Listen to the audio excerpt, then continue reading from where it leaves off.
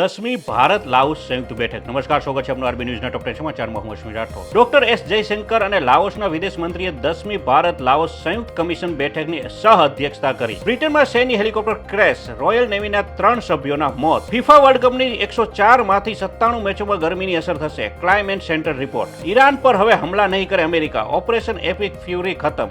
રૂબિયોનું એલાન. જો હું ન હોત તો ઇઝરાયલ ન હોત. ટ્રમ્પે નેતન્યાહુને પાગલ રાજા ગણાવીની પુષ્ટિ કરી. વિશ્વની નંબર 1 ખેલાડી આર્યના સબ્બાલેન્કા ફ્રેન્ચ ઓપનમાંથી બહાર થઈ ગઈ. મમતા બેનર્જીની ટીએમસીમાં ભંગાણ. 58 ધારાસભ્યો અલગ જૂથ બનાવ્યું.